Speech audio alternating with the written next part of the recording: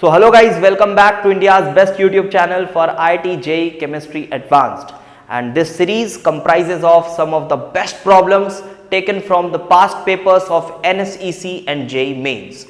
And the most important part of these videos is the in-depth conceptual explanation for each and every problem. And for that reason, you guys must watch the videos till end.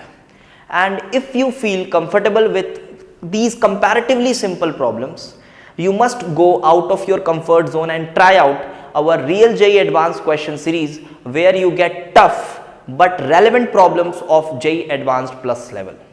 And I am 100% sure that if you follow this series followed by Real JEE Advanced question series, you will get a boost in your IIT JEE score, and this channel will ultimately increase competition among all IIT JEE aspirant across India.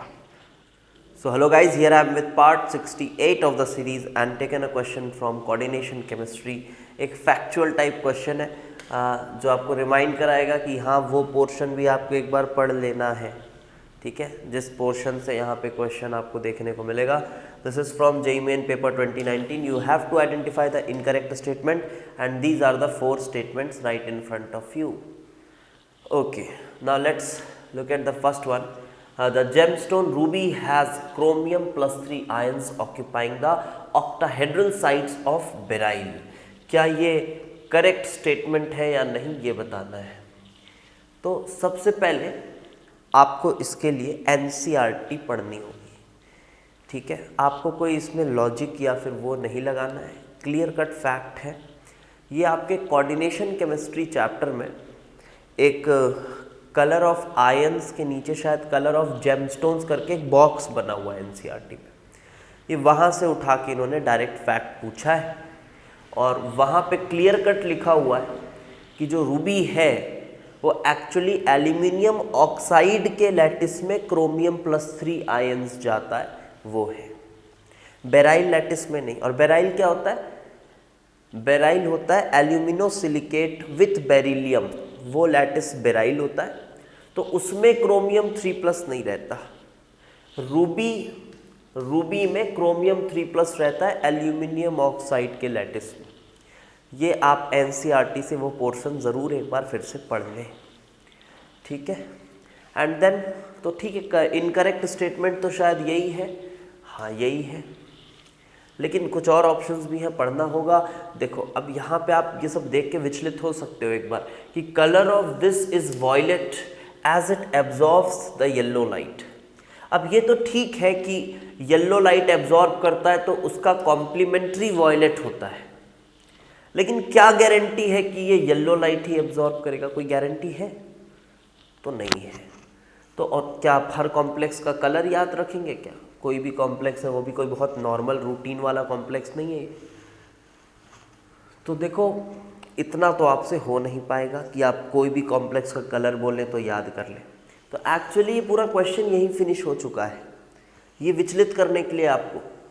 तो आप इसको मान लीजिए कि हाँ ठीक है, मान लेते हैं येलो लाइट कर रहा होगा एब्जॉर्ब, और येलो लाइट एब्जॉर्ब करके वॉयलेट तो शो करेगा ही, ठीक है. तो आगे बढ़ जाइए.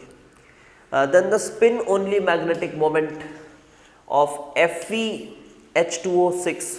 तो यहाँ पे क्या हो बेटा, ये Fe+2 और ये वीक फील्ड लाइगेंड, तो Fe+2 D6 कॉन्फ़िगरेशन.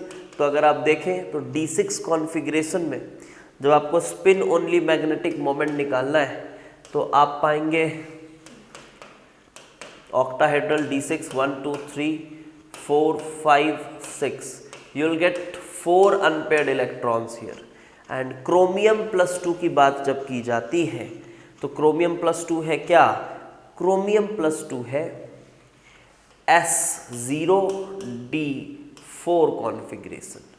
तो D4 कॉन्फ़िगरेशन, और यहाँ क्रोमियम +2 के साथ भी ये वाटर जो है ये वीक फील्ड लाइगेंड है. तो यहाँ पे कहा जा रहा है the spin only magnetic moments of this and this are nearly same. तो आप तो एक्सपेरिमेंटल वैल्यू निकाल नहीं सकते, आप वही थियोरेटिकल वैल्यू देखिए n × n+2 वाली. ये तो थियोरेटिकल है ना, एक्सपेरिमेंटल वैल्यूज दूसरे तरीके से निकाली जाती है. तो D4 है वो है 1 2 3 and again weak field ligand goes up. And again you have 4 unpaired electrons. तो थियोरेटिकल वैल्यू तो एग्जैक्टली सेम आ रही है, तो एक्सपेरिमेंटल भी रफली आसपास सेम ही होगा। तो इस तरह से आप इसका आंसर कर सकते हैं। So this also seems to be the correct option. And then the spin only magnetic moment of NiNH34H2O this। तो ठीक है, ये D8 हो गया आपका, निकल D8 हो गया, और अमोनिया आपका स्ट्रॉन्ग फील्ड लाइगेंड की तरह ट्रीट कर रहे होंगे इसको हम, और D8 है। तो 1 2 3 4 5 6 7 8 you have 2 unpaired electrons, so it will be 2 into 2 plus 2 which is 4, and this is the root of 8 which is nothing but 2.83. So this is also a correct option and hence the correct answer is option number A. तो अभी जाओ और NCERT से वो portion ज़रूर एक बार पढ़ लो, just एक रिमाइंडर था आपके लिए। और राइट फ्रॉम पार्ट 1 आप इसको फॉलो करने की कोशिश करो। मैं कोशिश करूँगा वीडियोस के भी फ्रीक्वेंसी सीरीज़ में और बढ़ाया जाए, और मैक्सिमम ज़्यादा से ज़्यादा जितने हो सके आपको जेईई मेन से पहले वीडियोस दिए जाए। Thanks for watching.